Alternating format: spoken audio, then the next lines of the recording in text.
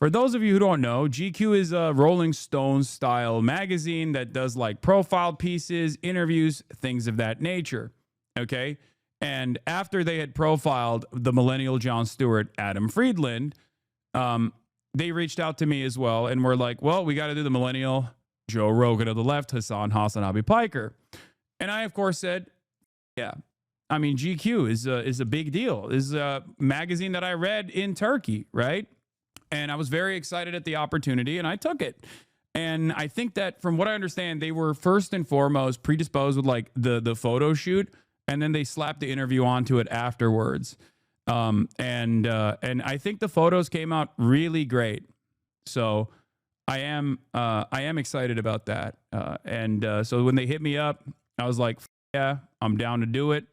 And yeah, let's look at the Austin react. This article, because I don't know what I did to deserve this treatment, but he will get in every single bathtub except my own. He got in every single bathtub but my own. Yeah, you need to pay me $20K to get me in the tub, in the same way that I'm paying $20K to get in the tub to be in. The article came out perfectly fine. The photos came out great. I am very happy with the process. So we're going to start over here. Hasan Piker thinks America might be cooked. Now, before we get into it, yeah, this is my couch, yes. It's a fake cloud couch. It's not a real cloud couch that we got for like, my mom got this couch for, I think, like $1,000. And the real version of this is like $20,000. And she got it off like, it was like refurbished. It was fake.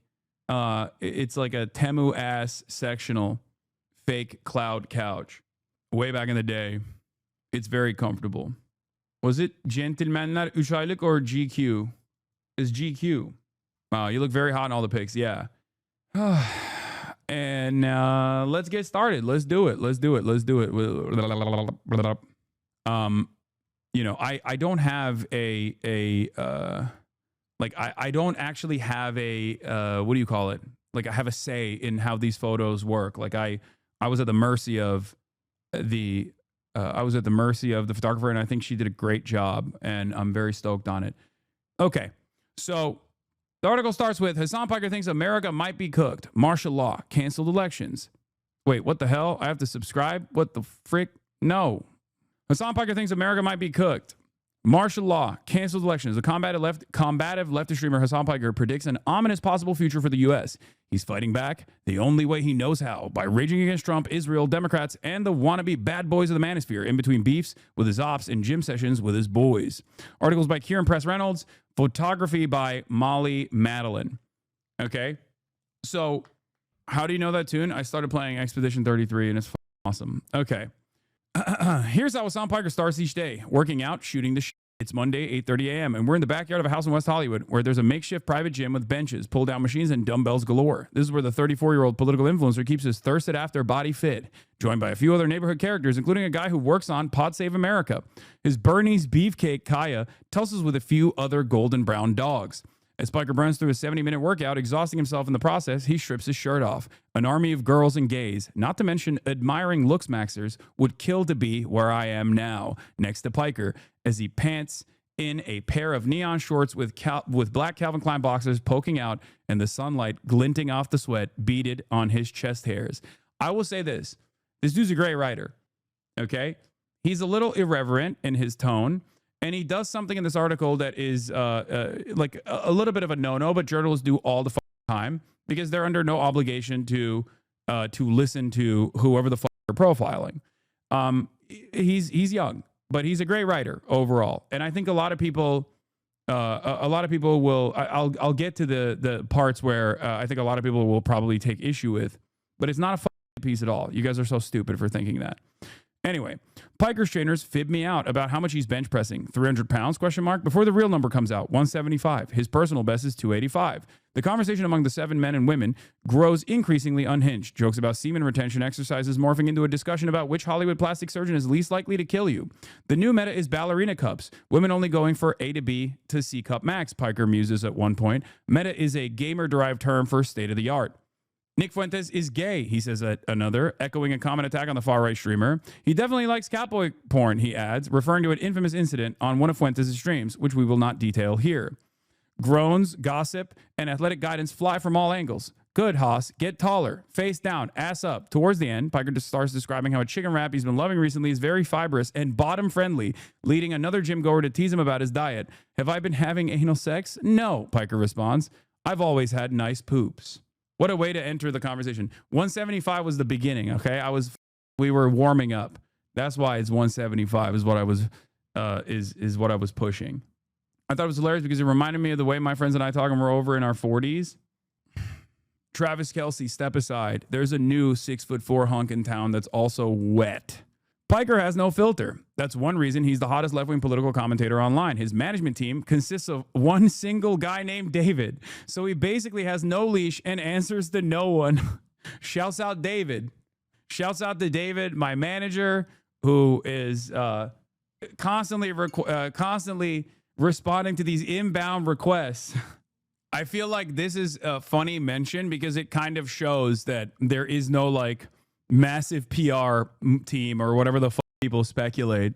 And it's just like outlets reaching out and then, my manager responding.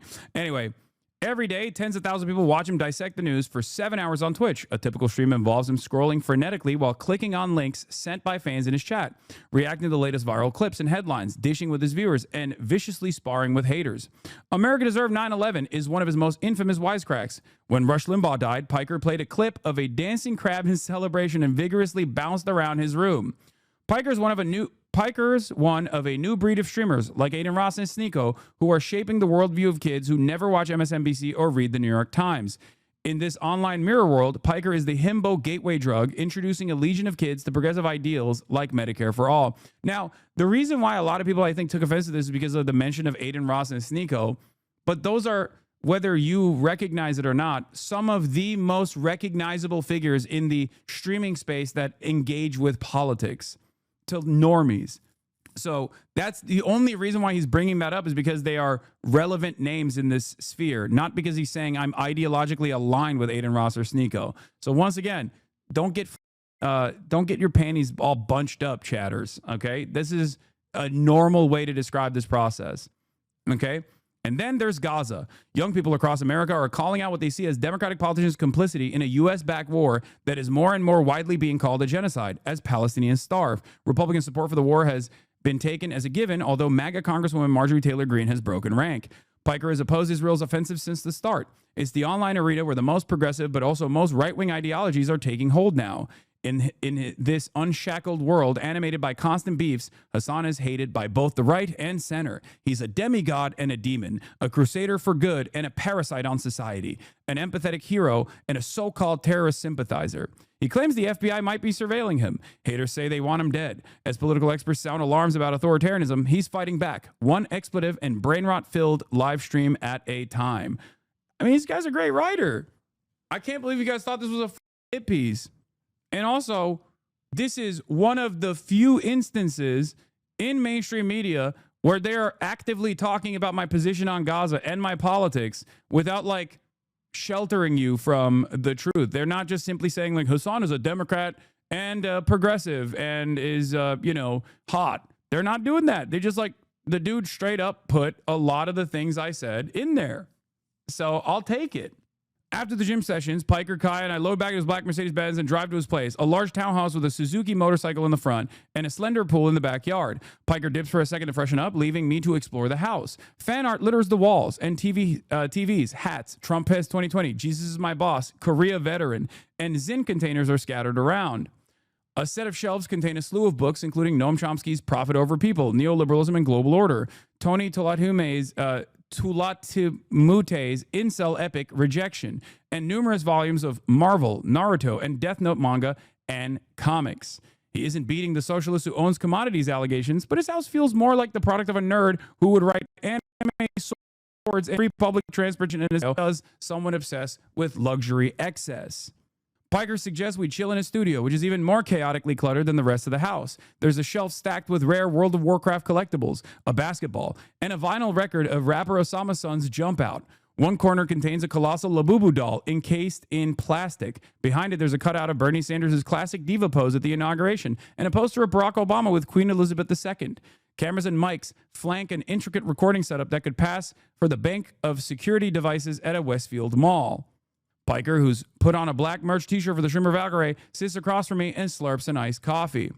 As we talk, I sense that Piker wanted to hold the interview here so he could keep an eye on his screens. His stream doesn't start for an hour.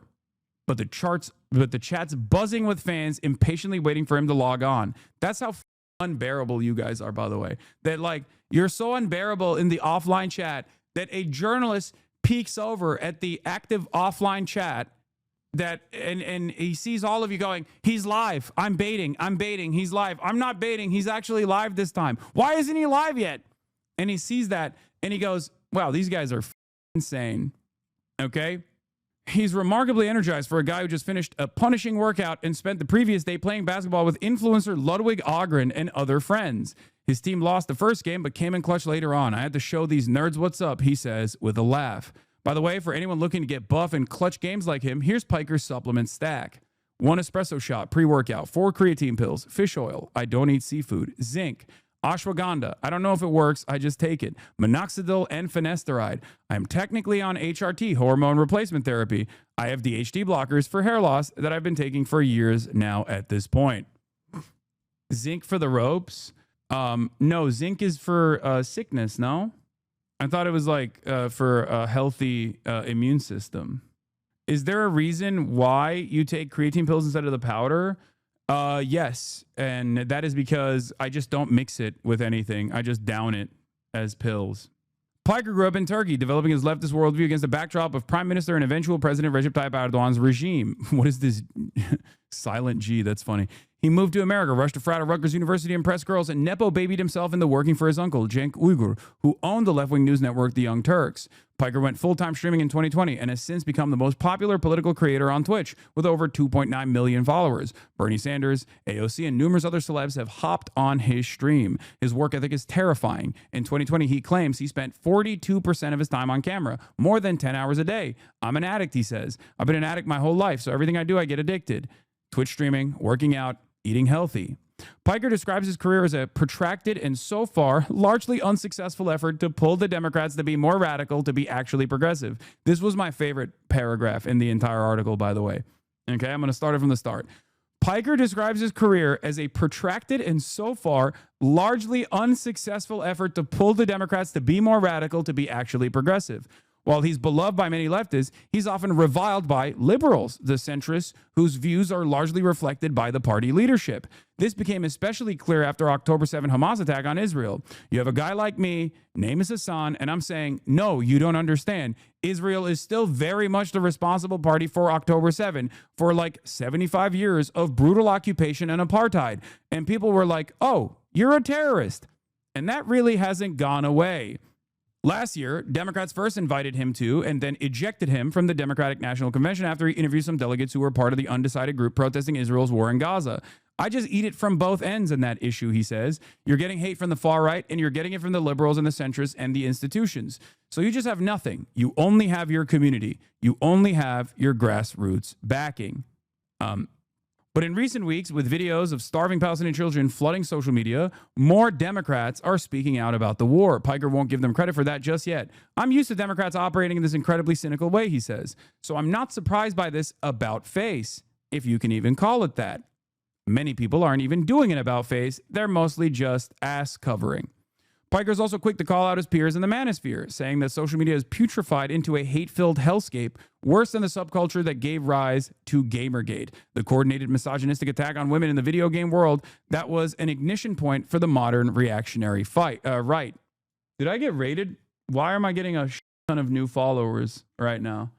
A lot of people are just happy. Majority report rate. Also, wear your max left hat during the next gen giving, is if there is one.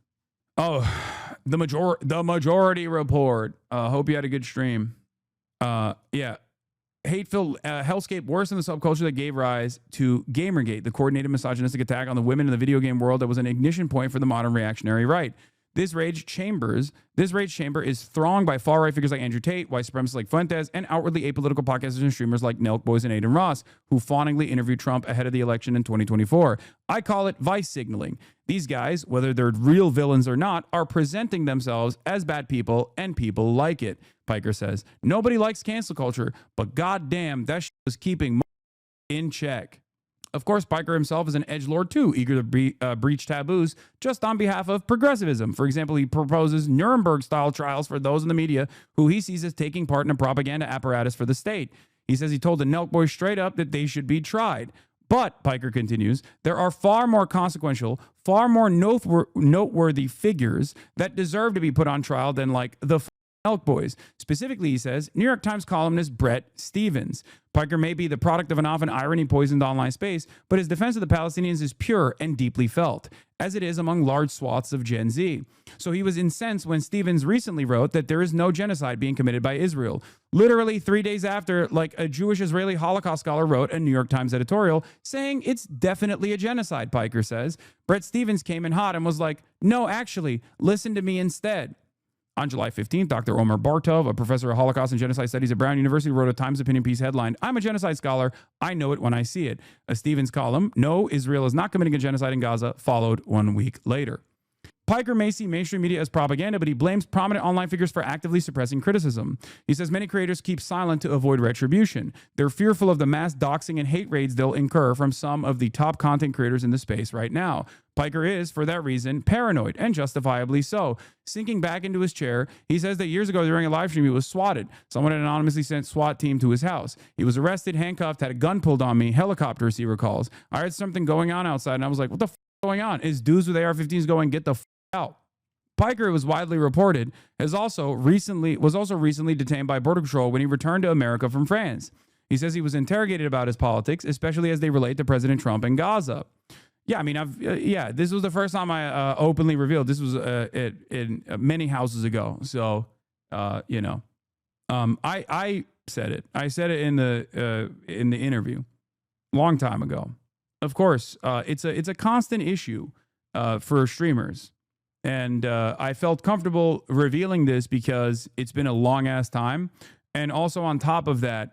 Many other streamers have also personally revealed their experiences, but it's a super common one. And I'll tell you this much: when I was in that 2-bedroom, for example, when I was away from the camera for extended periods of time, sometimes I wasn't cooking. Okay, that's all I'm gonna say. Obviously, you keep that shit secret for obvious reasons. You keep that shit a secret for obvious reasons because. Sometimes the chair memes are not because I'm just away from camera for no good reason. Sometimes I'm the one getting cooked. Okay? Yeah, like, wow, he's doing chair reacts. Meanwhile, I'm like getting handcuffed and slammed to the ground by cops, screaming at them, telling them do not enter the house because the cameras are on. And of course, you don't I've deliberately kept it a secret for a very long time because. And you will never see the cops because you don't want to give anybody the satisfaction. You don't want to give anybody the satisfaction of knowingly doing this and succeeding in doing so. So yeah, of course I ate it for years and years and years and kept it a secret for years and years and years. It's just a normal part of the process alongside death threats that I receive with regular frequency. Anyway, but there's a reason why many streamers keep that stuff a secret, because it creates copycats. Anyway, the incident led him to cancel a trip to Cuba, fearing that it could be used as an example of him visiting a state sponsor of terror. He's certain he's being surveilled by government entities. I've had brushes with federal law enforcement, mostly around the death threats that I receive, Piker says. But in those conversations, they elaborate further. They're very knowledgeable about who I am and what I do. Is it the FBI? I cannot confirm nor deny, he demurs. It's so funny that it's me talking about getting swatted, me talking about death threats, me talking to members of law enforcement, allegedly the FBI, who knows? And then right underneath it is a picture of me naked in my bathtub with a rubber ducky. While he's unfiltered and earnest while streaming, Piker has managed to keep his off-stream activities secret, refusing to air out his private life with friends or paramours the way that many of his peers do. So when I first arrived at his home in the morning, I was surprised to find his mom, Ulker, an art scholar, just chilling in the living room. She complimented me on my shirt and asked what it referenced. When I told her Drain Gang, the experimental Swedish music collective, Piker went into hysterics. During our interview, I try to squeeze out whatever intel I can find about Piker's romantic life, which is feverishly gossiped about on Reddit. I asked point blank if he's dating Valkyrie, the massively popular gaming streamer, and he looks freaked out. Oh, come on. Please don't put that in the article, Piker says. For obvious reasons, there is a lot of speculation on all of the female peers that I have in this space that I regularly have on stream, that people who have incredibly parasocial bonds with content creators routinely speculate on whether I'm romantically involved with them or not. Obviously, I don't want any sort of hate going their way. I don't want the psychopathic haters to go after these people, which is precisely why I will always spike when asked questions like this and say, I keep my private life private. Everybody knows I'm dating Austin.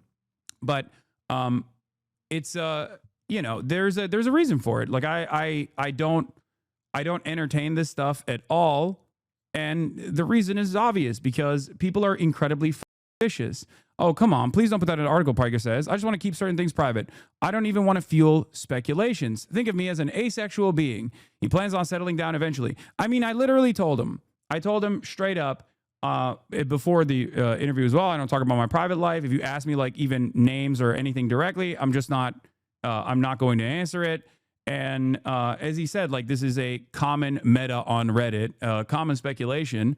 But the reason why I will never confirm nor deny or just never confirm anything about my private life is because there are a lot of active psychopaths who literally go after every person that's on the stream, but especially women, including Cutie Cinderella, who is in an open relationship with another content creator, Ludwig. People literally speculate on that and go after them and literally constantly attack them viciously. Okay? I don't think that this is appropriate. I don't think this is, open like as in, guys, shut the f up. I mean public, okay? I don't mean like literally in an open relationship. I mean public relationship. Out in the open, okay? Out in the open relationship. God damn. You know what I mean. Stop being weird. So, that's it. That's the reason. Like, it could have been any name that this person brought up. The answer would still be the same, obviously, because it's not. There's a lot of people that I collaborate with that get like unfairly maligned and unfairly attacked and unjustly persecuted. There's stalkers out there, and they do the same as I described here to all of the other people that are involved with me. Okay. Anyone that I have on the stream, they're opening themselves up to this floodgate of hatred. It's completely unacceptable. And especially because they are women, they get attacked even more aggressively. Okay? He plans on settling down eventually, shielding his family from the noise generated by his fame as much as possible. It's definitely something that I want. I would just keep it private. I would keep my child, potentially, if I were to have one, offline. The desire to safeguard his inner sanctum makes sense, given how many influencer overlords have Piker in their crosshairs. Maybe his most deranged beef this year was with Ethan Klein, the popular content creator and former co-host of their old joint podcast, Leftovers. The feud started over Gaza. Both call it a genocide, but Klein has called Piker a terrorist sympathizer, and Piker in turn has called Klein racist. This is the most favorable interpretation of Ethan Klein's behavior, for the record, who has both called it a genocide and not called it a genocide, uncalled it a genocide, and spends every waking moment attacking those who have called it a genocide with regular frequency, calling them racist. Anyway, the spat spiraled into online mayhem, sucking everyone in these creators' orbits into a vortex of toxicity. Klein will call you a token Jew after this interview comes out, Piker warns me. I did pay you $7 million to do this interview. Some have accused Klein of having a psychosexual obsession with Piker. He talks about my body and the way I look a lot, Piker says. I don't know why. Maybe it's low-hanging fruit for him. He was always a funny guy. He was never a big looker or anything. It wasn't part of his brand. So I never thought he cared about that sort of thing. But maybe after he lost the weight, his personality changed a bit. I genuinely don't know. Last time I talked to Ethan, he was fat. I mean, he still had his issues, but at least he was seemingly more empathetic. Now, this comes across like I'm fat shaming him, but I was actually sectioning off like fat Ethan as a separate entity than current Ethan, if you know what I mean. Like I wasn't like intentionally, I wasn't like trying to fat shame him. I was just saying like that was in my mind, that is a different person because of who he has become. Some people will say he was always that guy. I certainly was deluded and I was blind. Also, I didn't bring this up. He did, for the record. Like the journalist did. I would not have brought up Ethan Klein on this profile if it were up to me. Anyway, the Klein fight reveals just how insular and incestuous the world of streaming is. These beefs and online personae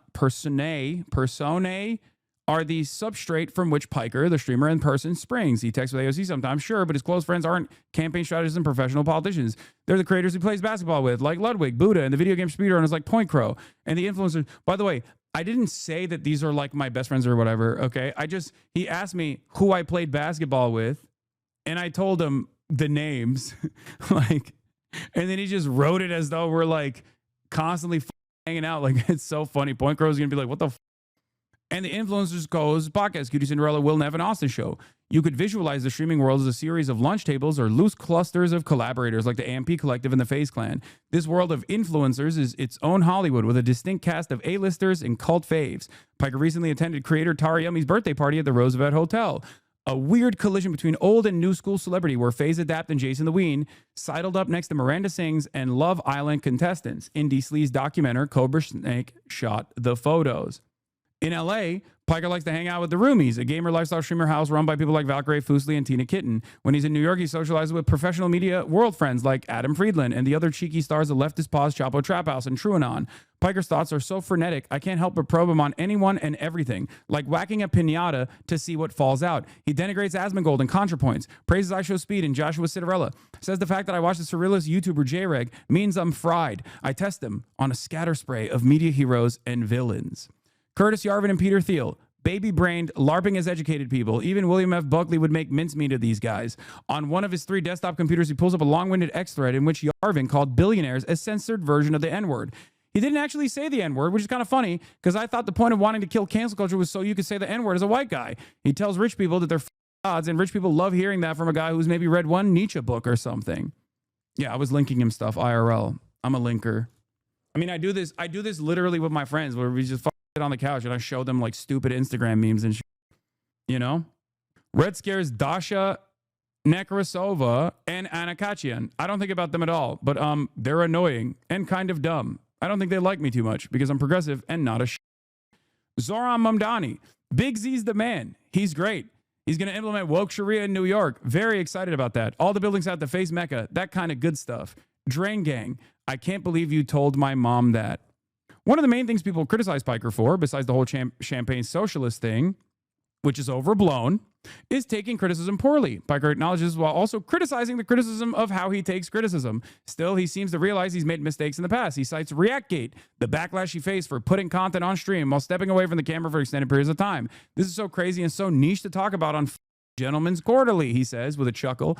I did not respond well to that at all. I apologized immediately and said I would never watch the critics' videos again, but then people kept hammering it over and over again. And after a while, I was just like, all right, well, these people. Now he only watches YouTube videos from people he knows.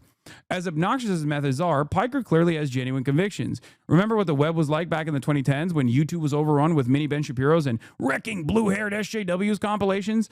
Now there's a cluster of progressive influencers who Piker proudly calls Hasan Abi heads. He co-signs Sean the Black, Chris Kunzler, Jam, and overzealots. He's also trying to mentor new establishment dem influencers like Dean Withers and Harry Hasan. I told Dean, well, I don't know why he added Harry Hasan in there.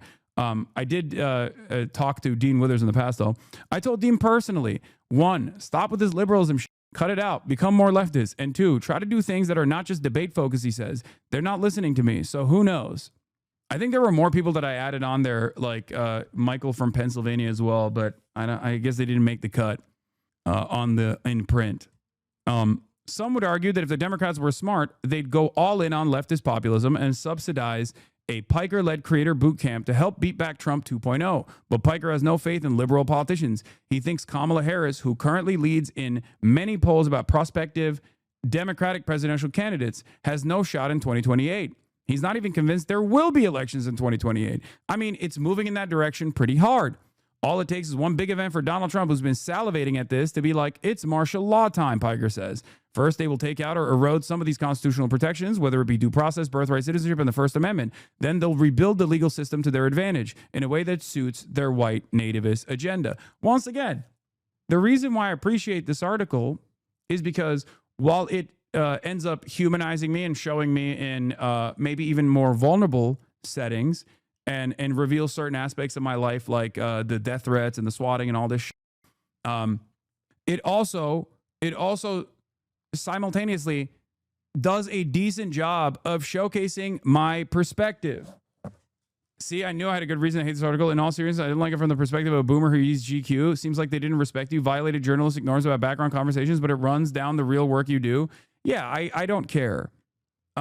And I don't think this is written from the point of like not respecting me. I think this is supposed to be irreverent, and therefore the tone of it comes across as a lack of respect. But I have plenty of articles in serious outlets that have been written in ways where it shows a lot of respect, and this is supposed to be. It's GQ. Like the tone of it is supposed to be kind of snarky and kind of silly. And I think it reads very well in that regard, especially because first and foremost, the thing I care about is that they very clearly define my worldview, and it is in good faith. It's not in bad faith at all. Because if this was like a negative tone, if this took a negative tone, crazy that you have 27K viewers, such a left-wing Nazi. No, don't ban that guy. I'm unbanning that guy. That's awesome. The reason why I say this is because like if it was negative, they could have just slammed this chock full of shit. Like Hasan has said this and that. He loves Hamas. He loves terrorism. All this stuff. It doesn't take that tone or that approach at all. It very clearly shows what I believe in. It very clearly says that I am authentically engaged with the commentary space and the things that I advocate for. It's like, yes, I'm stubborn and hard-headed, but also it doesn't mince. It doesn't like chop up my words or my ideology in any way. So it's ultimately, I think, the tone that people are stuck with, or that one moment where it's like, don't ask me about that sort of thing. I don't talk about that sort of thing. That moment is like, that's typical journalism. It's like, it is what it is.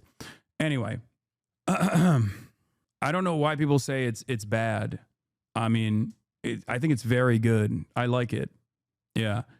Dude, look at this. This alone is perfect. First, they will take out or erode some of the constitutional protections, whether it be due process, birthright, citizenship, and the First Amendment. Then they'll rebuild the legal system to their advantage in a way that suits their white nativist agenda. That's a direct quote down to my unconditional, uncompromising defense of Palestinian emancipation. Most articles, most serious news outlets that have tremendous amounts of editorial control will not allow stuff like that to be written, okay? Especially when it's a positive profile. If you're giving a positive profile to a person and that person's worldview doesn't match with the agenda of the newspaper, they won't cover it as such. Even the New York Times, when they were writing a positive profile on me in the style section, if you remember, said, Hasan makes a claim that Israel is doing a genocide in air quotes. Do you understand? As he prepares to start up a stream for the day, Piker says, I wonder what this is doing to my brain. This is a gesture at the many vectors of anguish and evil in his life. The always-on work schedule, the paranoia he feels about his private life being overrun, the doxing and the swatting, the volume of vitriol he receives daily from right-wingers demanding that the government arrest me because I'm a terrorist and that Twitch banned me. I wonder to myself if his fitness and diet regimen are attempts to counterbalance the stress he puts on himself. The answer is yes, by the way. That is precisely what keeps me grounded. My family and my loved ones, and also my rigid schedule that I abide by, is precisely what keeps me grounded no matter what. That's why I've been able to maintain a positive mental health, positive mental space in spite of being able to do this for 8 fucking hours a day. It's crazy. He said in the past that he eats exactly 1.1 pounds of roasted chicken breast with low-carb pita, mezza, and sauces for lunch every day. Still, he thinks the Make America Healthy Again movement is full of charlatans. Medicare for all, TRT for all, Ozempic for all, HRT for all. That's my argument. Yeah, you're a bot. Thanks, chatter. Thanks, Natural69. You, on the other hand, are not. Piker can't get lost in thought for long. Our interview made him late to start streaming. His viewers are angsty as Piker pops us in and attempts to film an Instagram video that announces the stream. Roars after the app shuts off midway. He shoots it again, then launches the stream, blitzing through the news. Sydney Sweeney, white supremacy ad. Texas Democrats fleeing to avoid arrest. White women posting Nazi salute selfies on X. A viewer sends him a link that turns out to be a Grindr audio clip. That viewer is Nandre. You, Nandre, you made it to the goddamn Gentleman's Quarterly article because of your goddamn insane clip that you sent me. I don't know if I can show this. What is this, Piker mumbles? You are fighting for the people in Gaza who are starving for food, the audio clip begins, but you forgot about me, the need that I have for a cock in my mouth. Piker goes silent for 10 seconds. That'll be it for today. Some things are better left on watch. Soon, I get up and leave. I walk out, and Piker is left alone, rambling at 3 screens. And that's it. That's the article, and they ended it with a beautiful photo of Kaya laying on my lap when I'm on the couch laying down. But yeah, overall, great article. I am very happy with it. I think this is a very positive profile. That's the top story on the front page of GQ right now, by the way. Hell yeah, love that. I think it'll get a lot of looks. These things end up compiling and compounding. Shouts out to Nandre for up, of course. And now Kaya is a GQ girl. How much does the PR cost you? $0.00. And maybe a decent chunk of my mental health. But that's it.